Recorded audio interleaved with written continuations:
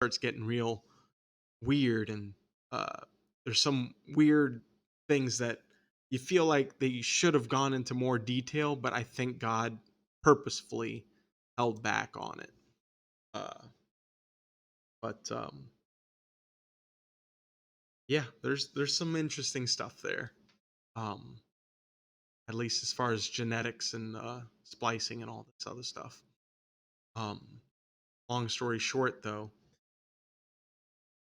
this is very anti-evolution, anti-naturalist. This is actually it is a straight up patriarchal way of looking at life, because God is the Father, and from the Father comes His Son, and through His Son, all of these things fall into line in line.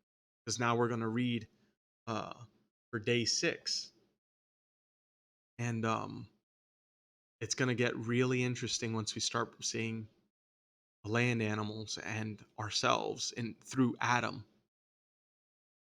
So then God said, "Let the earth bring forth living creatures after their kind, cattle and creeping things and beasts of the earth after their kind." And it was so. God made the beasts of the earth after their kind, and the cattle after their kind, and everything that creeps on the ground after its kind. And God saw that it was good. Again, I'll emphasize this a little bit. Uh, there's the dog kind. I believe it's on the animal kingdom or whatnot. That would be the family branch. What's under that? Wolves, huskies, German shepherds, poodles, uh, no, chihuahuas. Yeah, all of that. So what we actually see is the loss of information, and we'll be getting into that in the fall, which is chapter 3.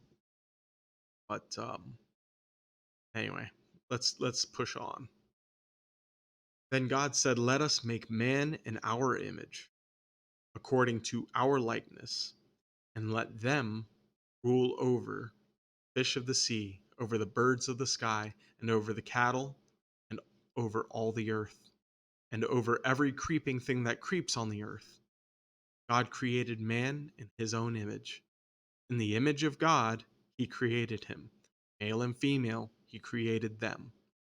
So, again, God being very eloquent, and he's being very eloquent, but also very repetitious here because he's making a point.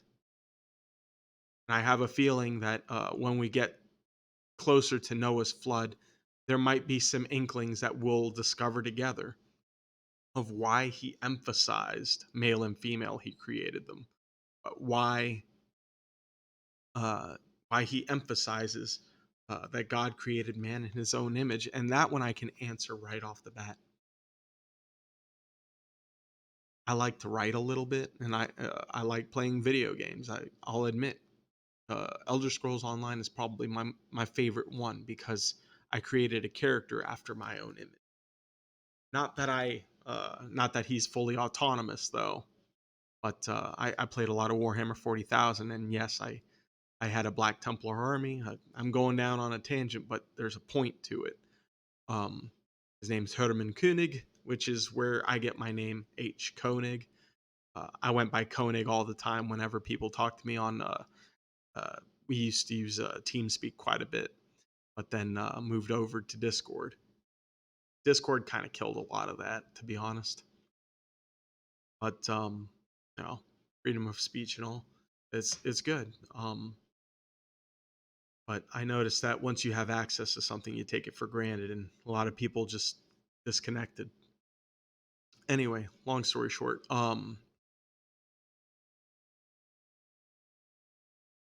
when you make something in your image, you want the best for that thing. I'll be honest, like I want to see my character perform really well. I want to see my people, and I have a son. I want to see my son do better than I did. I want nothing but the best for them. And that's why we have value, because we have this all-powerful God. I mean, we've got 5 days before this of him literally making the universe, literally making all these animals and creatures and food. the fruits and because we were vegetarian. That's what we're gonna get at now. Um, this was the original design, flawless, perfect, complete. Um, but that's the point. God wanted nothing but the best, and yes, um, in chapter 2 we're gonna go back a little bit just so that uh, God will then explain what exactly He does.